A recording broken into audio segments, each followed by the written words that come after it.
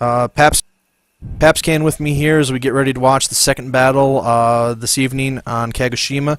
You heard the team announcements earlier. We're picking up from hold, and the two teams now are very far from each other, but that Donar is definitely trying to do some significant damage, and if I were that team, and I sat in on their meeting, they decided that if they were going to face any type of flying asset, they were going to use their, hopefully, radar advantage to close in on the enemy forces and take their chances trying to go 10v9 on the ground. Pabst, I know that they have the the Partisan E here with 2 UAC-2s, which has enough range, but is that hard to hit something 900 meters in the air straight up above you? Next to impossible as far as I'm concerned. Mm-hmm. So right now the Donar will be able to not only report their positioning, but is Shooter moving backwards? It does appear. I've only seen Ben and Silver. I haven't seen the main group of the IS team at the waterfall. You want to go ahead and follow the clan team? I'll follow this team, and we'll provide comprehensive coverage for our viewers. Okay. Vivisector continues to hover above them, but he's being extremely careful because that UAC-2 Partisan is in experienced hands, and so Vivisector is going to try and angle the shots a bit.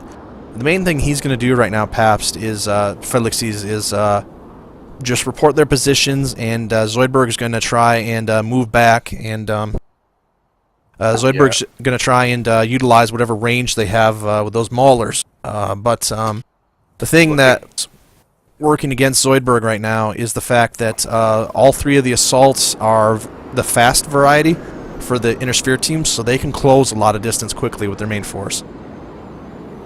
I've been able to find the main force of the ELH team. All right. Use the. Oh, there we go. I found them. Okay. They're spread out quite a bit. They're kind of in the back corner. Near the Kasumi incident. Okay. And Vivisector continuing to provide them information, and Zoidberg might like his chances taking on the... It looks to me like they're attempting to bait them with light mechs. Mm-hmm.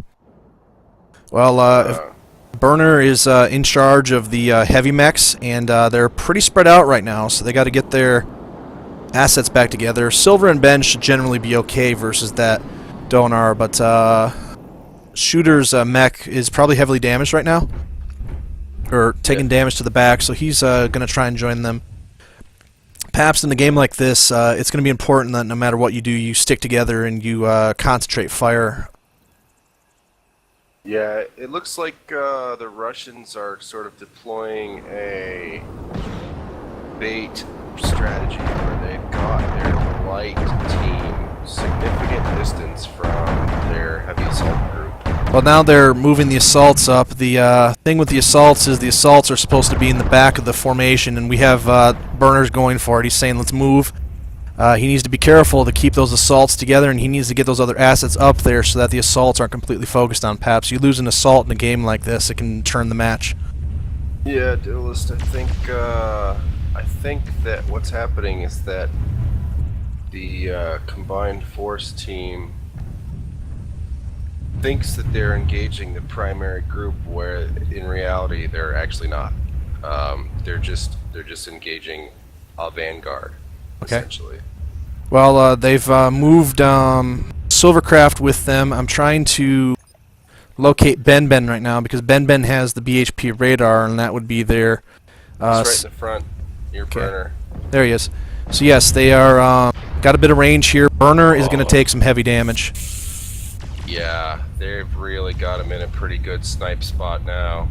Burner, the advantage for Burner's team is that they have a fallback position that was set at the beginning of the match, and they can go to that, and now that they know what they're facing, they have a spot that they can go to, and the advantage will turn for them very quickly if they can get to that position.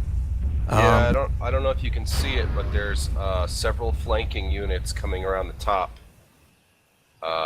It's looking like the Russians are attempting to split them down the middle.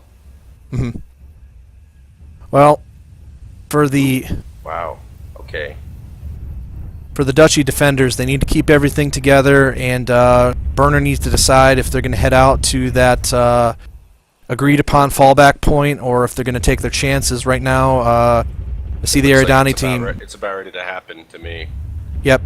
Burner needs to tighten his formation a bit, and honestly, if I were him, I would have his mediums and heavies go up front so that the assaults don't get completely focused. His Avatar and his Uzil are set up pretty far, and wow, this is bad positioning. Cesare and Burner are going to go down hard. Perhaps this fight could be over right now. Yeah, it looks like they're all pushing.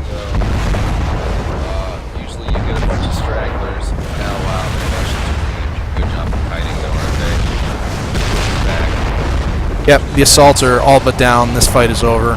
ELH is going to take this. Tikonov is going to go up 2-1. They've got an awful lot of missiles going, dealing with those large lasers. They went in to fight. They had the right stuff to charge with. It's just they didn't all charge together.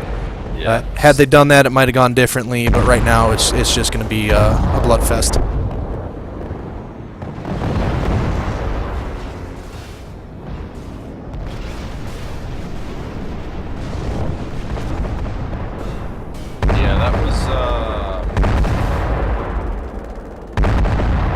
That was good strategy by ELH.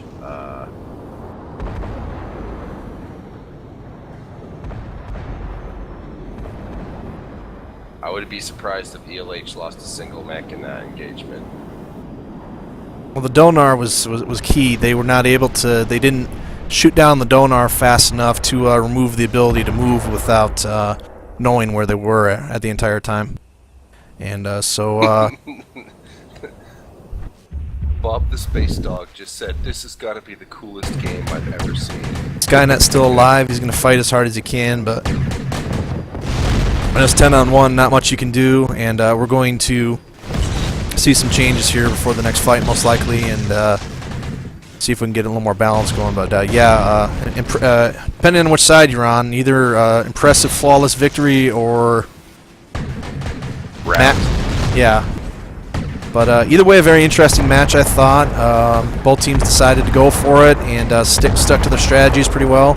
Ultimately, I think you were right that ELH, as the Tikonov guys, were just one step ahead the entire time. And so we'll see what happens, but they go up 2-0 as SJ Felixes and SJ Duelist sign off. Thank you for watching the Chaos March.